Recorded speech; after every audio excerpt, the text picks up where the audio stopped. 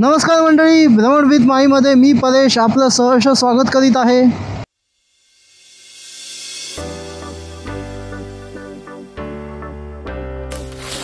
ही एक सापाची कात आहे। शक्यतो ही नाग या जातीच्या सापाची असावी।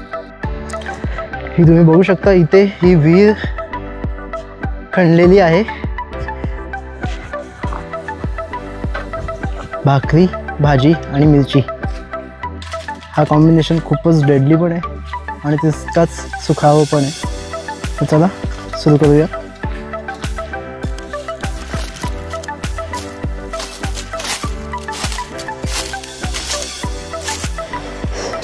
तर आता आपण आलेलो आहोत तानसा तलाव सॉरी।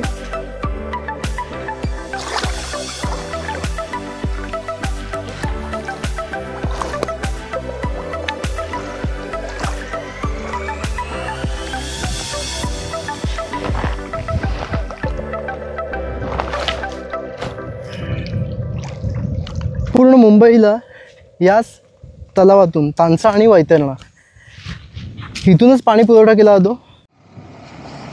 नमस्कार मंडळी, भ्रमण विथ माईमध्ये मी परेश आपलं सहर्ष स्वागत करीत आहे। आजची राईड आहे टहारपूर, जे की शहापूर तालुक्यामध्ये आहे। तिथे जाण्याचं प्रयोजन असं की एका मित्राचं तिथं शेत आहे आणि त्याने आपल्याला बोलवलेलं। जवळच काही स्पॉट पण आहेत फिरण्यासारखे, जसं तानसा धरण आहे। पूर्णपणे जंगल एरिया आहे। तर आता तिकडे जाऊन बघूया आपण काय काय आपल्याला बघायला मिळतं, कुठे स्पॉट आहेत, काय फिरायला मिळतं, त्याचं शेत कसं आहे।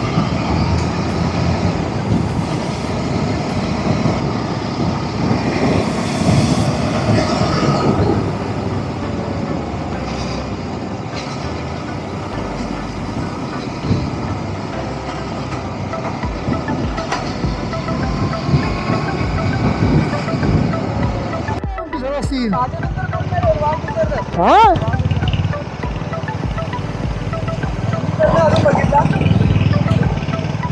शाजा बाबा वो खराब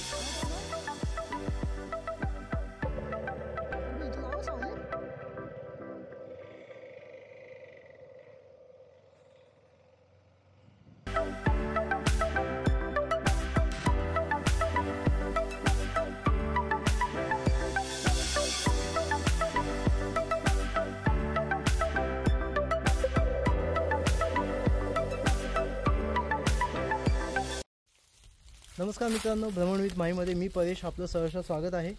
आज आपण आलो आहोत टहारपूर इथे। हे आमचे एक मित्र आहेत दिगंबर निपुलते म्हणून, त्यांची इथे जमीन आहे। त्यांनी इथे नमस्ते, हे दिगंबर निपुलते पूर्णपणे जंगलात त्यांची एक जमीन आहे, तिथे त्यांनी आता विहीर खणायला घेतली आणि इथेच त्यांचं बिझनेस करण्याचा विचार आहे. म्हणजे शेती म्हणा किंवा पोल्ट्री. आणि ते पण स्वतः एक इंजिनियर आहे. पण आत्ताच्या जमान्यात एक निसर्गाशी नाळ जुळलेली असल्यामुळे त्यांनी हा निर्णय घेतला आणि तो अतिशय स्वागतार्ह आहे. तर त्यांच्याच इथे आपण आज आलेलो आहे. तर तुम्ही इथे बघू शकता की पूर्णपणे जंगल आहे. इथे कुठल्याही प्रकारचं डेव्हलपमेंटचं नामोनिशाण नाही आहे. फक्त एक फॉरेस्टनी बांधलेलं एक फॉरेस्ट रिझर्व झोन घर आहे. पण ते पण तिथे कोणी नसतं की जेणेकरून म्हणजे इथे असं वाटतंय की हा पूर्णपणे रिमोट लोकेशनच आहे. तर चला आता आपण इकडे आलेलो आहोत, आता भ्रमण करूया बाकीचं.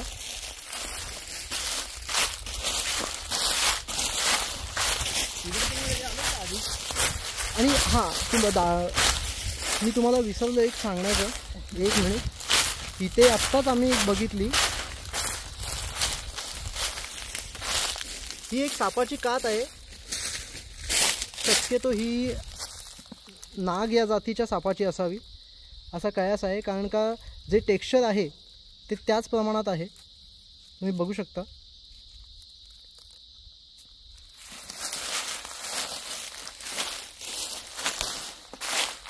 दिगंबरने अतिशय सुंदर असा निर्णय घेतला या लाईफमध्ये. खरोखर म्हणजे एक इंजिनियर असून सुद्धा त्यांनी जो मार्ग निवडला आहे तो खूप जोखमीचा पण आहे आणि त्याच प्रकारे खूप स्वागतार्ह पण आहे. समजलं तर ती जोखीम आहे, पण मोह मायापासून दूर जीवन फार मोठा आनंद आहे.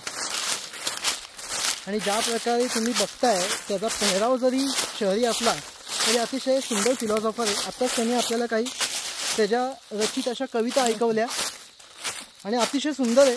मी काही कविता या पोस्ट करेलच त्यांनी जर अलाव केल्या तर.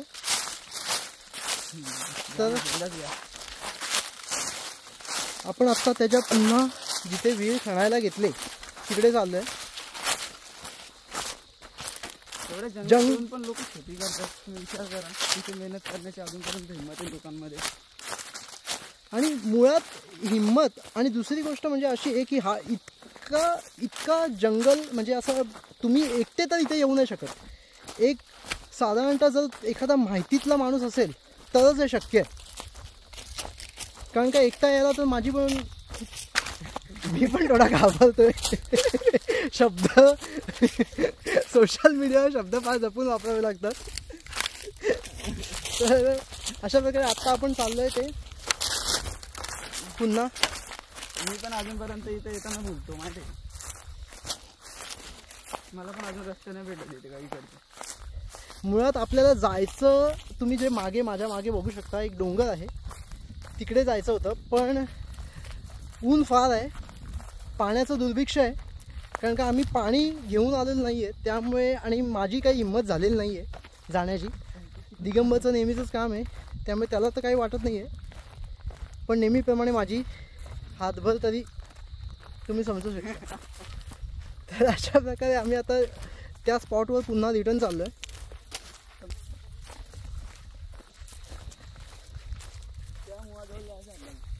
हे ते डोंगर जे मी बोलत होतो, तिथे तुम्ही बघू शकता की हा जो आहे ना, हा एक चर आहे, निसर्गनिर्मित चर आहे. इथून जे झऱ्याचं पाणी आहे डोंगरातून जे झिरपतं ते ओढ्याद्वारे येतं. आता तर ते पूर्णपणे सुकं आहे, पण पावसाळ्यात तुडुंब भरून जातं. ही तुम्ही बघू शकता इथे ही विहीर खणलेली आहे.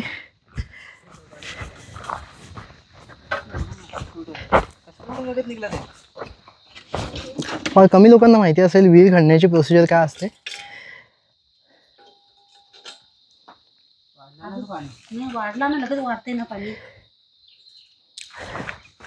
सर्वप्रथम या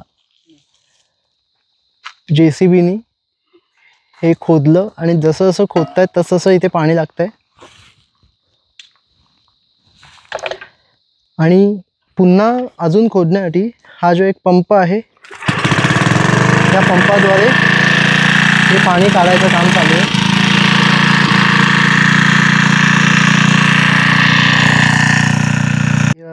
इथे एक झाड आहे, करवंदाचं झाड आहे. अतिशय थंड सावली आहे इथे आणि आपण इथे बसलो. इथे जे काही गरजेचं सामान आहे जे इथे लागतं, जसं पाणी आहे, या थैल्यामध्ये त्यांच्या काही उपयोगी सामान वस्तू आहेत. हे पाईप आहे आणि हा दिघा आहे जे बसण्यासाठी अतिशय सुंदर असा झोळी बांधलेली आहे. लहानपणीची आठवण येते.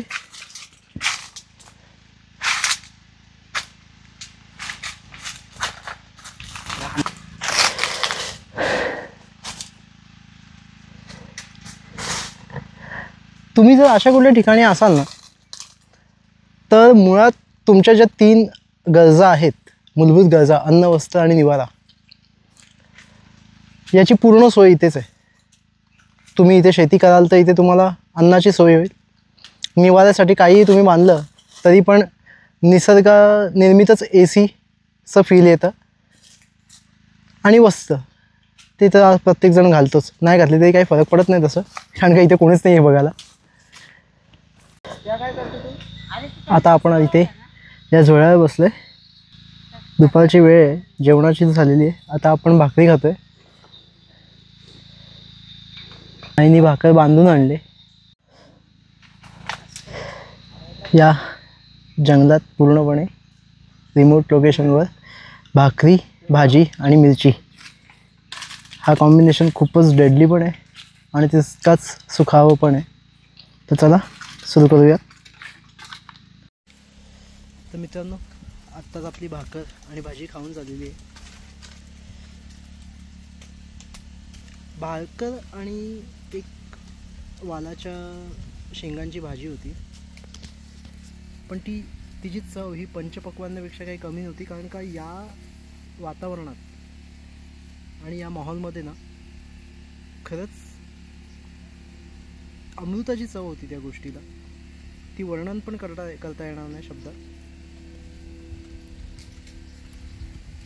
खूप सुकून आहे तिथे. तुम्ही बघू शकता की कुठल्याही प्रकारची, कुठल्याही गोष्टीची आवश्यकता इथे लागत नाही आहे, जी एक आत्ताच्या युगात जी म्हणता येईल की अतिशय गरजेची आहे. जसं सोशल मीडिया झालं, एंटरटेनमेंटचं काही साधनं झाली, तर इथे कशाचीही गरज लागत नाही आहे. कारण का इथे तुम्हाला स्वतःला ओळखण्यासाठी पुरेसा वेळ मिळतो आहे, वाव मिळतो आहे.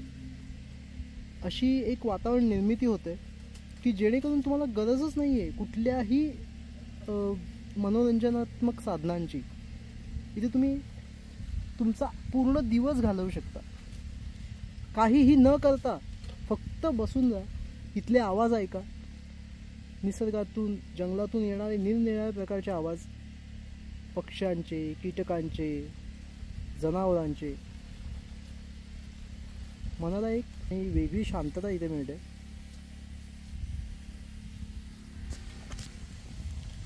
असं वाटतंय की ना, जितकं पण देवाने जितकं पण आयुष्य जे इथे दिलेलं आहे आपल्याला, म्हणजे ते 50 वर्षाचा असो की अजून 100 वर्षाचा असो, पण त्यामध्ये कुठे ना कुठेतरी 1 महिन्याची वाढ तर नक्कीच झालेली आहे. म्हणजे या 1 दिवसाचं महत्त्व इतकं आहे की 1 महिन्यामध्ये साधारणतः 1 वर्ष आरामात तुमचं जगण्याचं वाढणार आहे. इतकं सुंदर वातावरण आहे इथे. आणि मुळात म्हणजे आत्ता दिगंबर आहे किंवा त्याची आई आहे म्हणून मी इथे येऊ शकतो. कारण का ज्याला इथली ओळख नाही आहे, इथल्या वातावरणाची, इथल्या जंगलाची ओळख नाही, त्याने इथे एकट्याने येणं म्हणजे जीव धोक्यात घालण्यासारखं आहे. कारण का इथे तुम्ही आता मगाशी बघितलं की रस्त्यावरच एक सापाची कात पडलेली, आणि मोस्ट प्रॉबेबली तो साप नागच असणार, कारण का टेक्स्चर तसंच होतं. त्यामुळे इथे प्रत्येक ठिकाणी जसं निसर्ग तुम्हाला भरभरून देतोय, तसंच तुम्हाला वॉर्न पण करतोय की प्रत्येक पाऊल जपून ठेवा, निसर्गाचा मान ठेवा, त्याचा सन्मान करा आणि मगच पुढे जा. आणि मानवाला मुळात दिगंबरनी मगाशी एक अतिशय एक चांगला विचार सांगितला, किंवा एक तो फॅक्ट म्हणता येईल की डेव्हलपमेंट किंवा प्रगती हे माणसाने माणसाला नष्ट करण्यासाठी बनवलेलं एक हत्यार आहे. आणि इथे येऊन ते खरं वाटतंय की आज सकाळपासून इतकं चालून इतक्या ठिकाण म्हणजे इतका फिरून इतकी मेहनतीचं काम करून पण कुठल्याही प्रकारचं एकही प्रकारचा शारीरिक त्रास असा मला जाणवलेला नाही आहे का माझं अंग दुखत नाही आहे की माझं काही मला पोट दुखत नाही आहे की मला म्हणजे इथलं आता मी पाणी जे प्यायलो आहे ते पाणी जर तुम्हाला वाटलं असेल की मी काही बिस्लरी वगैरे आणलं आहे किंवा मिनरल वॉटर आणलं आहे तर असं काही नाही आहे. तर इथे जी विहिरीतल्या पाण्याचा उपसा चालू आहे तेच पाणी मी प्यायलं आहे आणि त्या पाण्याची चव अतिशय सुंदर होती. म्हणजे नॉर्मली जर तुम्ही मला किंवा कोणालाही असं पाणी दिलं तर तो एक वेळेस तहानेने मरेल पण पाणी पिणार नाही. पण इथे त्या पाण्याची खरी चव तुम्हाला कळते. तर अशा मी तर म्हणतो की प्रत्येकाने कुठे ना कुठेतरी एक दिवस महिन्यातून असा हा घालवावा जेणेकरून तुमचं आयुष्य तुमचं शारीरिक मानसिक आरोग्य अतिशय उत्तम राहील.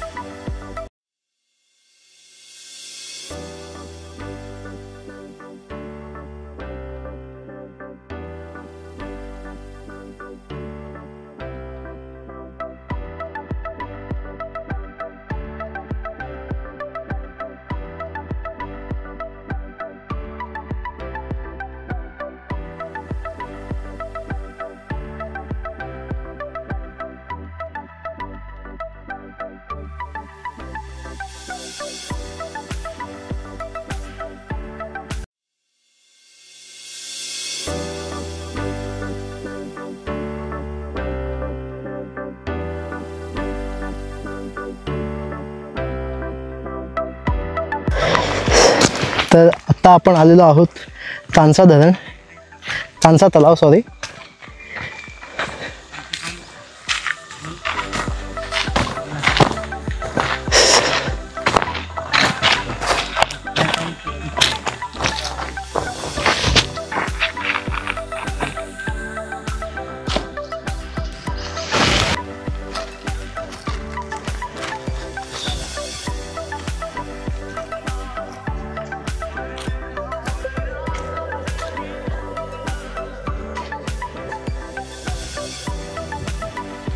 संपूर्ण मुंबईला याच तलावातून तानसा आणि वैतरणा इथूनच पाणी पुरवठा केला जातो.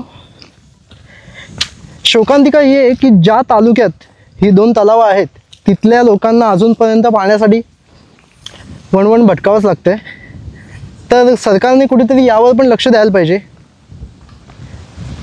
शहरीकरण म्हणजे काही जीवन नाही आहे. तर इथे राहणाऱ्या जे मूळ निवासी आहेत त्यांच्या जीवनमानाचा दर्जासुद्धा उंचावला पाहिजे असं सरकारने काहीतरी धोरण आखायला हवं.